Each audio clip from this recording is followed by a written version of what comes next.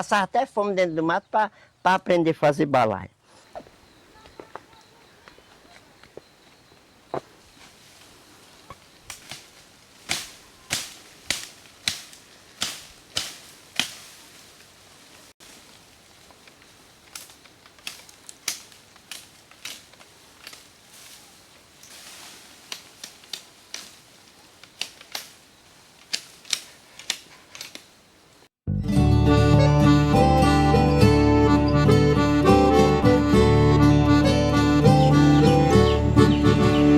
O artesanato, pelo menos para mim, começou na infância. Aí ele pegou amor pelo crochê, aí eu comecei no fio de malha a fazer bolsa e até hoje eu continuei fazendo. O crochê significa muita coisa mesmo. Hoje tem mais visibilidade na internet, que isso também não existia.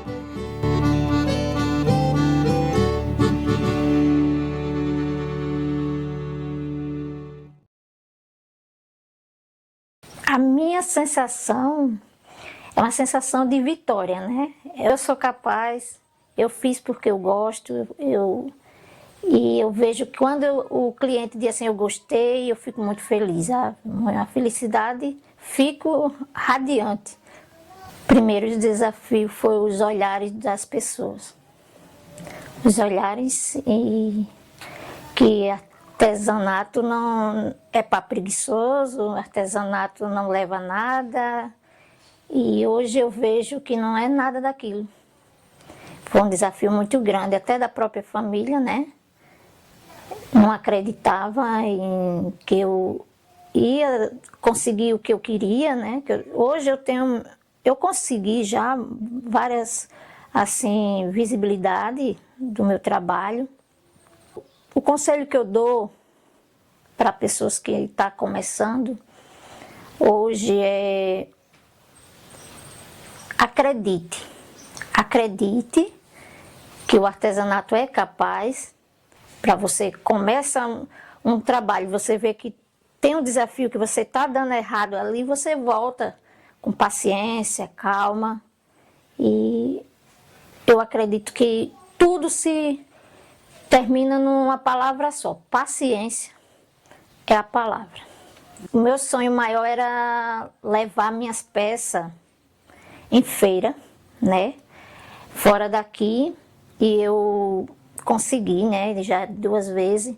Estou com a 3ª seleção aí para me representar lá fora, porque eu vejo que o artesanato tem capacidade de sair da nossa cidade, tem pessoas que têm capacidade de levar um pouco da cultura da gente daqui e levar lá para fora. Eu achava que eu era muito pequenininha para minhas peças não chegariam tanto, mas eu vejo que hoje tenho clientes que de outras cidades, né, de outros estados, da Bahia, liga e procurando saber das peças, São Paulo, aí eu fico assim, fico feliz, né? E para mim é levar o nome da minha cidade, para mim é sensacional. Rapaz, desde muito tempo, eu era pequeno e eu tinha muita vontade de fazer essas coisas. Eu tinha um tio que ele fazia e eu olhava ele, mas não aprendia. Depois eu resolvi, e aqui era só mato, eu entrava dentro do mato com vontade de aprender, e lá mesmo eu passava até fome dentro do mato para aprender a fazer balaio. E quando saí lá, aperrei, não tinha jeito. Oxe, não aprende não, meu Deus, por que não tece essa coisa? Aí foi que eu saí daqui, tinha uma mulher que morava lá em cima que ela fazia. Aí eu da estrada, a curiosidade era tanta para eu aprender, que eu vi onde ela botou o segredo do balaio, né? Quando ela botou essa perninha mindinha aqui, essa perninha que só vem daqui, essas outras passam direto, né? Mas essa só vem daqui. Eu vi quando ela botou. Aí quando ela colocou, aí eu fui carreira para casa. Entrei dentro do mato, aí quando eu botei essa perninha, aí deu certo. Aí eu fiquei fazendo balaim, fazia chapéu de cipó. Os meninos brincavam com o carnaval com o chapéu de cipó que eu fazia. Depois aí fiquei fazendo e o povo foram encomendando. Já faz o quê? Faz 50 50 e poucos anos que eu estou fazendo.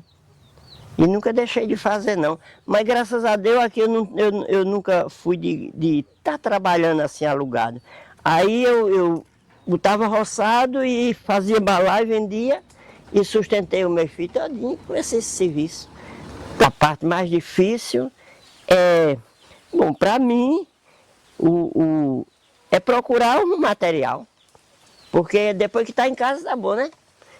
Porque o material é difícil, porque é muito mato para a gente romper aquilo tudo na perna e trazer, é ruim. Mas, graças a Deus, não me arrependo não.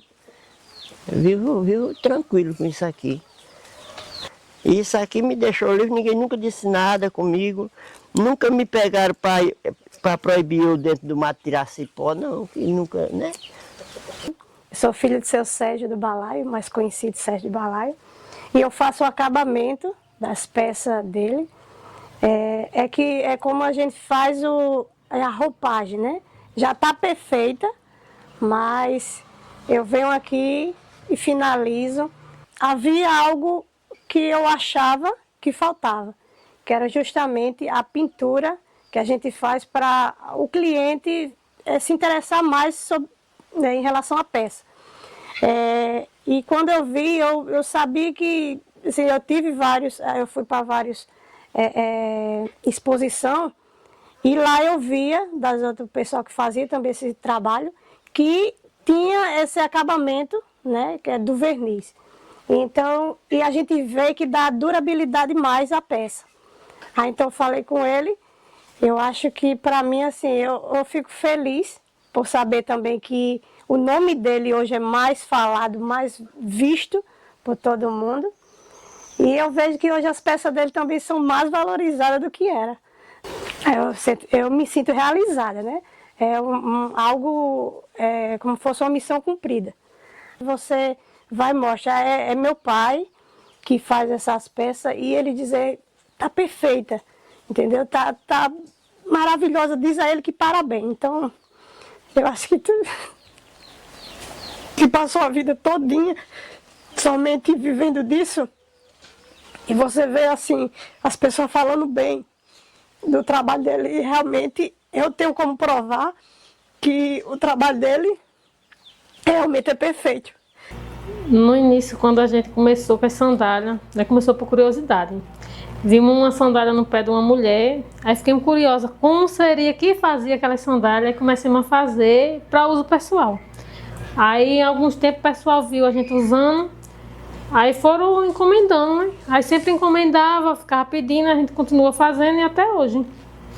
E trabalhar com crochê, a gente já começou bem, já há 2 anos atrás, que foi depois que a gente começou na feira de artesanato aqui da cidade. Aí a gente começou a trabalhar, que foi uma colega nossa que começou a ensinar. A gente começa junto, aí a gente tem uma ideia, aí uma passa para outra e assim vai. Aí a gente vai criando as peças e vai continuando fazendo artesanato assim. Eu trabalho mais com fio de malha e com as sandálias. Eu trabalho com fio náutico e com crochê. Eu só trabalho com as partes da sandália, que eu sou apaixonada por pérola. É muito bom, a gente sempre fica unida, as 3. O que vende é dividido para as 3, na verdade tudo é para as 3, a gente sempre estamos juntas para tudo. Nunca tinha feito e eu já comecei a fazer um kit de fio de malha, que foi bem desafiador mesmo. Que eu não sabia, né? Então nunca tinha pegado na linha, nem agulha, nem nada. Aí a minha colega ensinou a fazer um cestinho. Aí desse cestinho eu fiz o kit higiênico. Para criança, foi infantil o que eu fiz. Para mim foi fazer um short e blogueirinha. O maior desafio. Foi fazer um laço de pérola, que foi muito difícil. Muito. Mas eu consegui e hoje eu sou apaixonada em fazer laço de pérola. Então nós não tinha muito conhecimento na cidade, ninguém conhecia a gente. Nós, como morava no sítio, até então quando os meninos foram lá a primeira vez, a gente não tinha peça suficiente, que a gente só fazia por encomenda. Aí em seguida a gente foi participar da feira. A primeira feira foi muito bom, eu amei. E até hoje nós continua lá na feira. E pretende continuar, se Deus quiser. A gente nascido de uma família muito pobre e os pais não tinham condição de comprar brinquedo. E a gente via as outras crianças com brinquedo e não tinha como comprar e tinha que escolher entre o alimento ou o brinquedo. A partir daí despertou a curiosidade de menino. Naquela época, não faz muito tempo, né? Mas óleo não se vendia em garrafa como é hoje, era óleo de lata.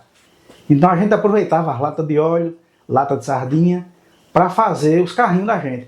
Aí fazia carrinho, fazia caminhão, fazia trator. Eu nem sabia que aquilo já era um tipo de arte, né? Paramos depois que crescemos, fomos estudar. E quando foi uma época, despertou novamente para fazer artesanato. Foi quando eu comecei fazendo um chaveiro feito de madeira. Nessa época eu acho que eu vendi para mais de 100 chaveiros. Era um chaveirozinho personalizado, feito com muita dificuldade, porque eu não tinha ferramenta nenhuma para trabalhar. Inclusive a sublimação, as pecinhas queimadas, eu fazia com ferro de solda. Então o ferro de solda ele esfria muito rápido. E quando eu estava queimando a madeira, tinha que esperar quando ele esfriava para fazer de novo. Às vezes a mão suada, o dedo escapulia, queimava os dedos. Mas aí eu fui fazendo e depois, acho que há uns 6 anos atrás mais ou menos, eu intensifiquei novamente no trabalho com vidro e passei a trabalhar também com madeira. Fazer trabalho com madeira, né? Você viu como uma terapia. Para mim, pelo menos, funciona assim. E a gente vai pegando aquela paixão pelo artesanato e finda se envolvendo de tal forma que eu espero um dia passar a viver dele. Eu não tenho muita habilidade com as mãos. Eu sou boa de pensar e dar ideias para ele, assim. Mas para mim, artesanato é como se fosse assim, é você pegar algo que não tinha valor algum e transformar em uma peça de valor inestimado. Porque eu vejo ele, às vezes, produz alguma coisa e ele fica tipo assim, ele se apega de uma forma, é como se às vezes ele nem quer, rapaz, eu acho que eu não vou botar isso aqui para vender não. Então assim, é como ele fala, o artesanato é como se fosse uma fonte de a terapia, né? Como se fosse uma fonte de alívio para quando tá no momento estressado. Como eu não tenho muita habilidade com as mãos, eu ainda tentei a questão do crochê. Eu faço algumas peças pequenas, costuro, eu também arrisco umas carreirinhas assim na máquina, mas eu não tenho muita aptidão para o artesanato. Eu sou fã incondicional e a maior palpiteira na arte dele.